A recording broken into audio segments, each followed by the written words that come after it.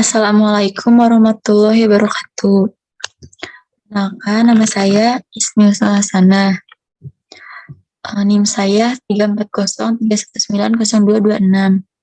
Kelas Karyawan Akuntansi A. Di sini saya akan membuat video dari tugas komputer bisnis pertemuan keempat, yaitu menganalisis saham dan membeli saham dan menjual saham di RTI dan Stockbit. Yang pertama-tama, di sini saya akan menjelaskan sedikit tentang analisis fundamental dan analisis teknikal.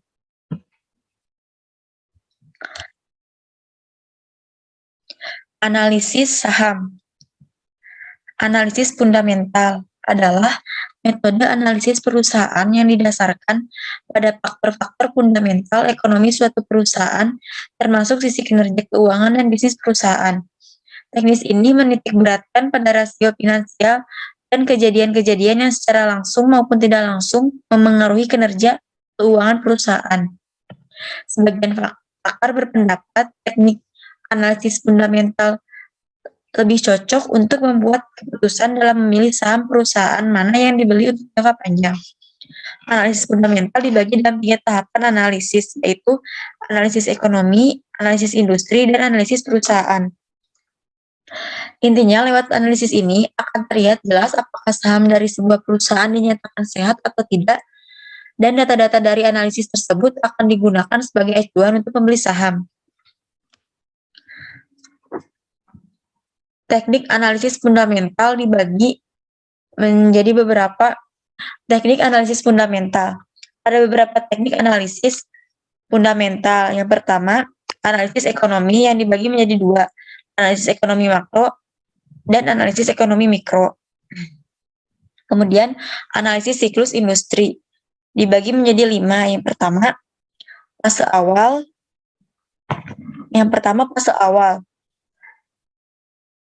Yang kedua, fase pertumbuhan. Yang ketiga, fase pendewasaan. Yang keempat, fase stabilisasi dan pendewasaan pasar. Dan yang kelima, fase perlambatan. Analisis fundamental perusahaan. Ada beberapa poin yang bisa dijadikan acuan untuk memperkuat analisis fundamental saham. Yang pertama, rasio utang dan ekuitas. Yang kedua, pertumbuhan laba. Yang ketiga, return on equity. Yang keempat, rasio dividen. Yang kelima, earning per share. Yang keenam, price earning ratio. Yang ketujuh, price to book value. Prinsip-prinsip analisis fundamental. Yang pertama, reaksi berantai. Yang berarti semakin besar dampak suatu informasi, maka efeknya akan berantai pada forex maupun pada indeks saham. Yang kedua, jarak informasi. Semakin dekat sebuah informasi dengan suatu indeks saham, maka akan semakin besar berpengaruh informasi tersebut.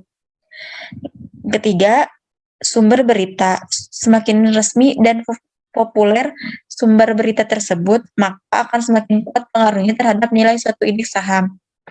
Yang keempat, jenis berita. Berita ekonomi lebih kuat pengaruhnya terhadap indeks saham suatu negara dibanding berita lainnya seperti politik, sosial, maupun budaya. Kemudian analisis teknikal. Analisis teknis atau lebih dikenal dengan istilah analisis teknikal adalah suatu teknik analisis yang dikenal dalam dunia keuangan yang digunakan untuk memprediksi tren suatu harga saham dengan cara mempelajari data pasar yang lampau, terutama pergerakan harga dan volume. Pada awalnya, analisis teknikal hanya memperhitungkan pergerakan harga pasar atau instrumen yang bersangkutan, dengan asumsi bahwa harga mencerminkan seluruh faktor yang relevan sebelum seorang investor menyadarinya melalui berbagai cara lain. Jadi, analisis teknikal adalah ilmu dalam perdagangan yang digunakan untuk mengevaluasi investasi dan mengidentifikasi peluang perdagangan dalam tren dan pola harga yang terlihat pada grafik. Asumsi dasar analisis teknikal saham. Asumsi dasar dari analisis ini adalah apapun yang mempengaruhi pergerakan pasar sudah tercermin dalam riwayat pergerakan pasar sebelumnya. Yang pertama ada data pasar, harga saham, volume transaksi, tren, dan sejarah akan terulang. Indikator analisis teknikal. Analisis teknikal candlestick. Candlestick adalah salah satu jenis grafik harga saham yang digunakan dalam analisis teknikal yang menunjukkan harga tertinggi, terendah, pembukaan, dan penutupan dari suatu saham pada periode waktu tertentu. Sejarah singkat adanya candlestick. Candlestick ini dulunya adalah alat yang digunakan oleh para trader komoditas beras di Jepang untuk mencatat harga pasar dari waktu ke waktu dan mempergunakan data tersebut untuk memprediksi pergerakan-pergerakan harga di masa depan. Metode ini dikembangkan oleh seorang trader komoditas beras pada abad ke-18 di Jepang, yaitu Munehisa Honma. Dan selanjutnya metode ini dipopulerkan di dunia barat oleh Stephen Nison melalui bukunya yang berjudul Japanese Candlestick Charting Technique. Cara membaca candlestick. Di sini open adalah harga saat perdagangan dibuka hari ini, sedangkan low berarti harga terendah hari ini. High adalah harga tertinggi hari ini. Dan close berarti harga setelah perdagangan ditutup kemarin.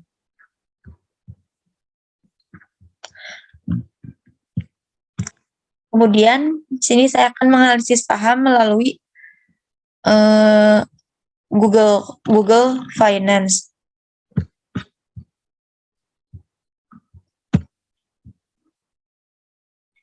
Nah, ini merupakan tampilan dari Google Finance. Di sini ada banyak perusahaan saham dan dengan harga-harga sahamnya, kemudian naik turun persenan saham per harinya. Di sini ada perusahaan Kimia Farma dengan kode KAEF dengan harga saham Rp2.760. Nah, sekarang sahamnya sedang turun 2,13%. Ini juga beberapa perusahaan lainnya. Kita coba di sini melihat, kita coba ketikkan kode perusahaan TLKM, Telkom.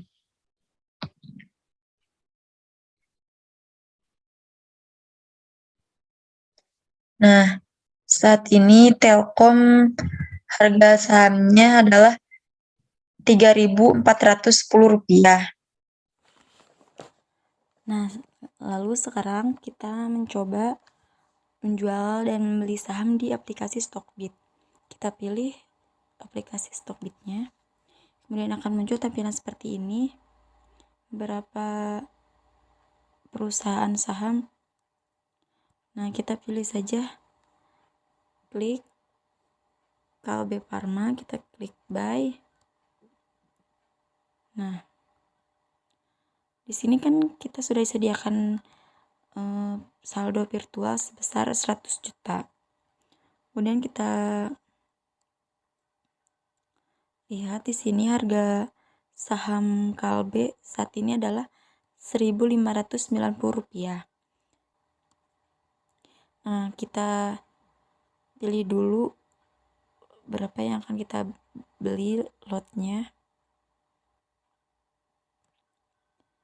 Nah, kita coba 5 saja dulu. Kemudian kita klik order dan next, done. Nah, di sini ada transaksi bahwa kita sudah melakukan pembelian saham pada Kalbe Farma sebanyak Rp796.590. Kita coba lagi.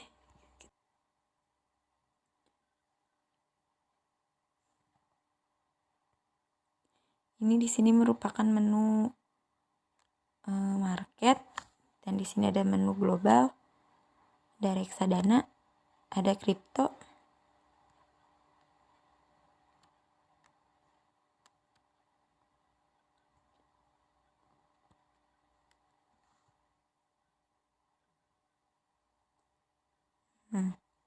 Kita coba beli saham lagi di ANTM. Kita klik buy, kemudian kita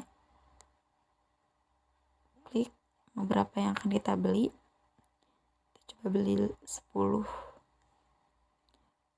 Nah, harga sahamnya saat ini adalah Rp2.180. Kemudian kita klik order, next, selesai.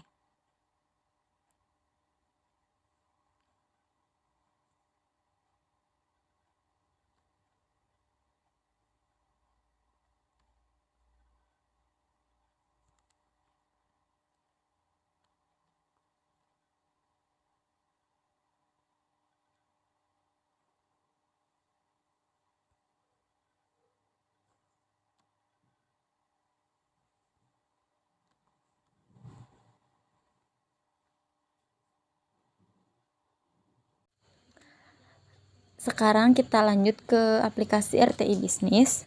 Kita klik aplikasinya. Lalu muncul tampilan seperti ini karena sebelumnya saya sudah membuat akun RTI-nya. Langsung saja kita ke menu trade untuk memulai virtual online trading. Kita pilih ini.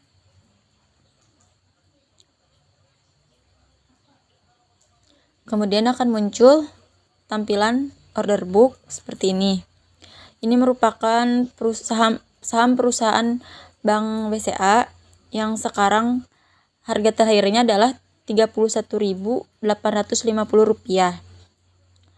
Sekarang kita coba untuk membeli saham saja dengan menuliskan kode perusahaan. Saya akan coba membeli saham di perusahaan Bank BNI saja. Sebelumnya di sini di menu portofolio saya sudah mencoba membeli saham, dan sehingga saldo yang tadinya 100 juta sekarang berkurang menjadi Rp95.870. Nah, ini adalah transaksi terakhir yang sudah saya lakukan, yaitu membeli saham. Nah, kemudian kita langsung kembali ke sini. Kita ketikkan lagi kode perusahaannya. Kemudian kita maaf, sebelumnya saya membeli saham di Bank BNI, sekarang kita ganti menjadi Bank BCA aja. Nah, kita buy.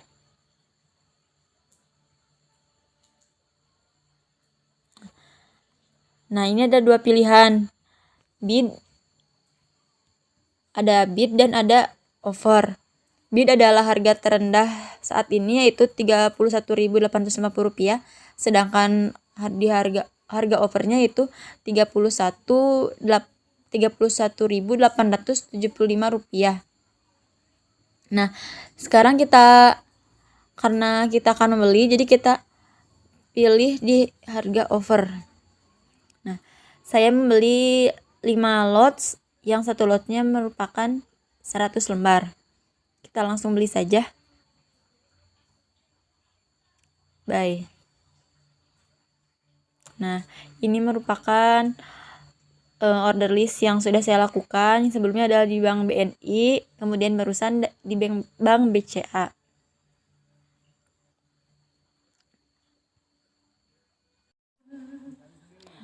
Kemudian kita sekarang akan mencoba untuk menjual saham. Kita pilih saja menu sell. Nah, ini sudah benar, lalu kita pilih berapa yang akan kita jual, berapa lot, 5.